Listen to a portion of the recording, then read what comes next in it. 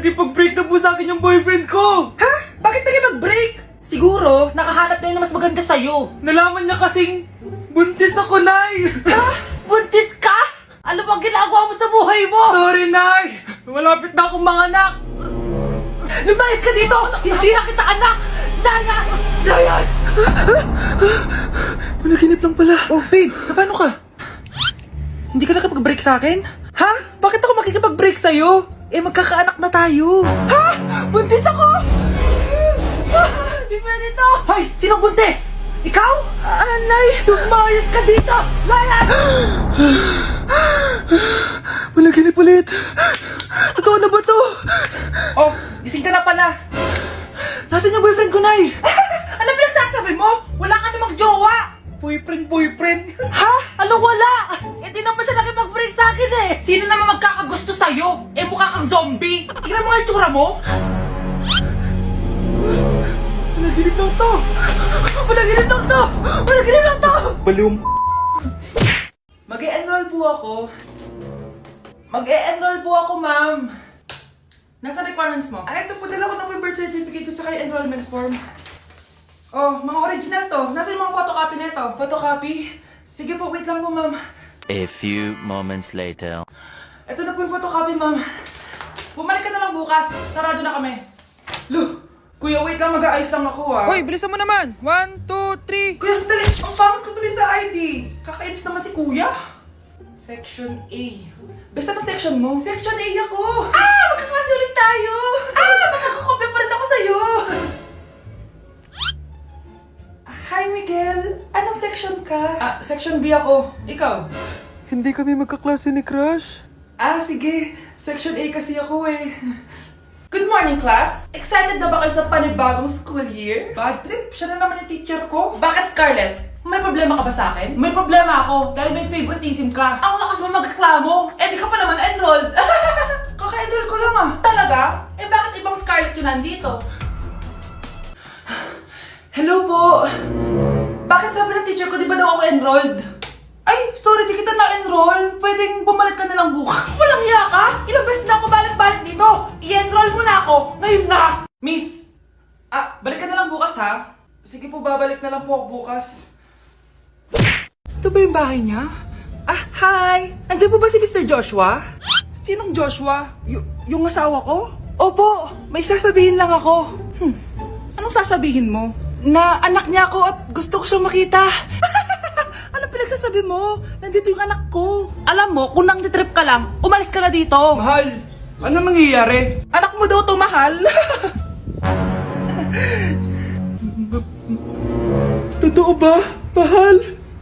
Aamin na ako. Anak ko siya sa labas. Niloko mo ako! Oh, anak, ba't nandito ka? Nay, pinuntahan ko lang po si tatay. Ikaw yung nanay niya? Oo, bakit? Mga walang iya kayo! Ba't kayo tumatawa? It's a prank! Na-prank kita, mahal! Na-prank ka namin, mare! Walang prank-prank dito! Huwag ka na uwi dito! Manaloko ka! Mahal! Mahal! Prank lang yun! Prank lang yun! Lumayas ka dito! Layas! Mga anak, nandito na ako! Babe, miss na kita. Ano ba yan? Hindi kayo marunong maglaro ng Roblox? Aba, wala silang pake oh. Parang wala umuwi. Tapos wala pang nalilinis dito sa bahay. Babe, date mo naman ako. Mag-aamongis na nga lang ako. Tignan ko na lang kung di nyo ako papansinin. Ang bango. Nandiyan na si nanay! Yung favorite chicken ko! O ano, nagutom kayo, no? Grabe, ang laki ng part na nakuha ko. Solid! Paano hindi magugutom, Nay? Ang sarap nito. Ito pa rin yung best tasting chicken para sa akin. Walang katulad to, Nay. Ay, namiss ko to yung sama-sama tayo kumakain. Gaya nung bata pa kayo. Simulat sa pool, Chicken Joy na talaga ang go-to natin. Malalaki ang servings at para sa akin, ito pa rin ang pinakamasarap sa buong Pilipinas. Nabusog ako, Nay. The best ka talaga. Babe, sa Jollibee tayo mag-date bukas, ha? O kayo, comment kayo kung bakit Chicken Joy pa rin ang go-to fried chicken nyo. be, gala naman tayo minsan. Punta tayo Tagaytay. True, be. Ang ganda ng bagong bukas na coffee shop doon. Ang sarap mag-story. Tara na, pwede ako bukas. Tara na, mga 5:30 AM kita na tayo sa bus station, ha. Baka drawing na naman to, ha. Matutuloy yan, be. Nakapag-alarm na nga ako, eh. Gigising ako, promise. Masa na ba yung mga yun? 6 AM na. Oh, alas na tong bus papuntang Tagaytay, ha. Puro kayo drawing, ha. Teka lang. Ito ba yun? Ano ba yan, be? Bakit ka tumatawag? Ano na, be? 6 AM na. Akala ko mapupunta na Tagaytay. Hindi ako pinayagan, eh. Sorry, be. Hindi ka pinayagan o tinatamad ka lang? Baka gusto mo sabihin ko sa nanay mo na 3 subject yung bagsak mo. Ito na nga, be. Maliligo na ako. Wait mo lang ako, ha. Ay, yung isa pa. Hello, be. Di ako makakapunta. May sakit ako. Sakit. Lalong lalala yung sakit mo, be, kapag nalaman ng nanay mo na boyfriend mo yung anak ng kaaway niya. Ay, be, magaling na pala ako. Nakakalakad na ako. 5 minutes nandyan na ako, ha. Madali lang pala kayo kausap, eh. Let's go, Tagaytay! Baby, away tayo. O ano, anak? Puro bebe time na lang? Di ba may exam ka pa bukas? Opo, Nay. Try mo kaya mag-review para di ka puro bagsak. Diyos ko. Sige, Nay. Challenge accepted. Makaka-perfect ako sa exam bukas. Sino nagsabing hindi ko kaya mag-review? Baka Scarlett to. Ba't tumatawag na to? Oh, bakit, Bes? Nag-review ako. Te, may bago akong chika. Importante ba yan? Importante. So, eto na nga. Go, Te! Spill the tea! Ano nangyari? 1 hour later. O siya, sige na, Te. Magre-review na talaga ako. Storbo. Saan na ba ako? X, Y... Hala, break na sila. Ano nangyari? 1 hour later. Mag-review na nga ako.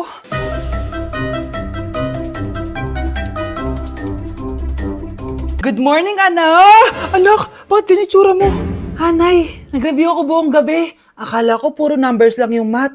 Bakit may X and Y? Di bale, anak, gamitin mo tong Radiance Glow Pure Blossom Elixirs ng YOU. Meron tong toner essence at illuminating serum. Ano naman yun, Nay? Ano to? Nakaka-bright, prepare, at protekto ng skin. At di lang yun, anak. Nakaka-reduce to ng oiliness at ng skin texture. Suitable to for all skin types, kaya gamitin mo to para fresh ka bago ka mag-exam. Ay, ang fresh nga. Glass skin, no? Super lightweight at super dali lang pala i-apply nito, Nay. Go na, anak. Islay mo na yung exam mo. Good morning, class. Ready na ba kayo mag-exam? Sure nang makaka-perfect ako kasi nag-review ako. First question. Kung 5 ang kinain na pizza ni Maria at 2 ang sapatos ni Cardo, gaano kalayo ang Earth sa black hole?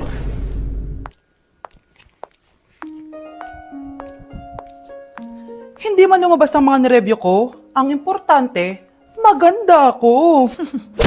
Ang isang 50% po ay mapupunta sa isa niyang anak. Ano? Baka yan yung isa naming anak na nawala? Oo, sa amin na lang yan. Ako ang isa pang anak ni Ramon. Oh, akala ko ba nawawala yung isang anak ni Ramon?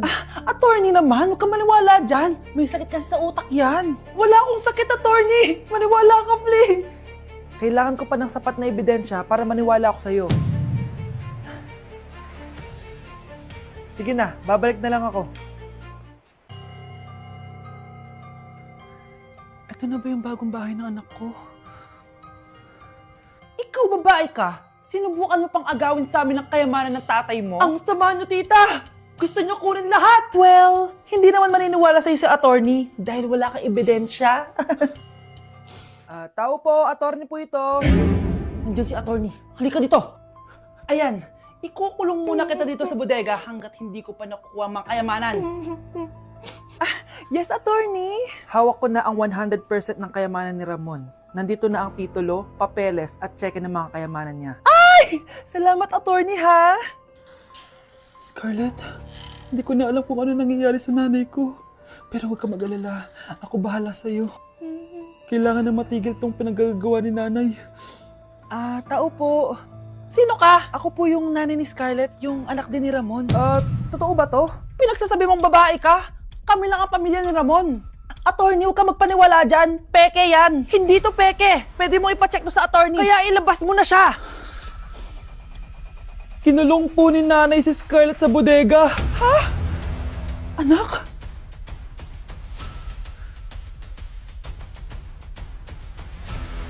Anak, kunin mo yung cellphone ko sa kwarto. May tumatawag ata. Sige po, Nay. Sabi cellphone ni nanay. Anak, bilisan mo naman. Ay, salamat naman, nakatae din. Scarlett, ba't nandyan ka?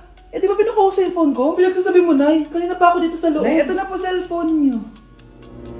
Sino yan, Nay? Bakit kamukha ko? Teka lang, bakit dalawa kayong Scarlett? Nananaginip pa ako?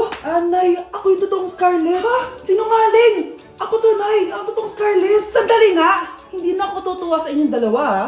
Isa lang ang solusyon dito. Magtatanong ako at kung sino ang makasagot ng tama, siya ang totoong Scarlett. Unang tanong, saan ako may balat? Balat? Nay, sa puwet! Nay, sa kifi. Tama, kifi. Ha? Totoo ba, Nay? O, diba, alam ko. Susunod na tanong. Ano ang timbang ko? Mukha kang 100 kilos, Nay. 75 kilos? Tama, 75 kilos. Yes. Huling tanong. Ano ang birthday ko? Birthday? Mahina pa naman ako sa ganyan. April 14, 1977? April 15, 1977. Tama! Ikaw nga ang totoong Scarlett! At ikaw, dahil talo ka, lumayas ka na dito, impostor! Ay! Sino ba kasing Scarlett na yun? Bakit kamukha ko siya? Anak, kilalang kilala mo talaga ako, no? Siyempre naman, Nay. Anak mo ko eh. Worth it lahat ng pagpaparetoke ko dahil sinira mo ang mukha ko noon. Ngayong napaniwala na kita, gaganti na ako sa'yo. Balita ko, dyan nagtatrabaho yung dati kong asawa. Siguraduhin yung masisisante nyo yan. Dahil ayaw ko ng peste sa kumpanya ng asawa ko. Naintindihan? Susan, alam mo, feel ko talaga mapapromote na ako anytime. Kasi sabi ng manager namin, isa ako sa pinakamagaling sa amin. Ngayon pa lang, congrats na kita. Simula pa lang, alam ko naman na kaya mo. Alam mo, okay din pala na hiniwalayin ako ng asawa ko. At this ngayon, alam ko talaga kung anong habol niya sa akin. Yun ay pera. Madami pang ibang babae dyan, ano ka ba? Tsaka ang importante ngayon, nakafocus ka sa pagpapaganda ng buhay nyo. Oh, luto na to. Kain na tayo. Yes po, ma'am. Okay po. Ma'am, i-hold ko po muna kayo, ha? Wait for a while. Sino itong tumatawag? Sir Ramon, may bad news po ako sa'yo. Ayaw ka po ng boss namin. Ano? Kaya tatanggalin ka sa trabaho. Anong tanggal na ako sa trabaho, ha? Utos lang po sa amin. Hindi pwede yun. Sorry sir, humanap ka na lang po ng ibang trabaho. Bakit puro na lang kamalasan dumadating sa buhay ko?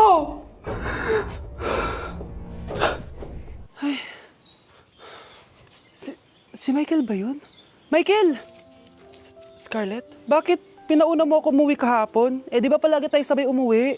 May ginawa ako. Tsaka baka magselos yung nagbigay ng bulaklak sa'yo. Para ka namang ano dyan? Tsaka alam mo, na-realize ko, hindi ko na pala siya crush. Tara na nga, manood na lang tayo ng movie sa bahay, yung horror. Sige na nga. Michael? Ma?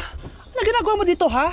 Get in the car, uuwi na tayo. Di ba sabi ko sa'yo, nababoard ako sa bahay, kaya umalis ako? Michael, siya yung nanay mo. Kilala mo nanay ko? At sino naman tong babaeng kasama mo, ha?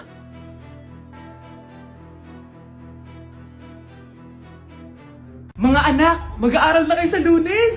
Yes! Sa wakas, face-to-face class na! Ayoko pa mag-aaral! Babe, magkikita na tayo!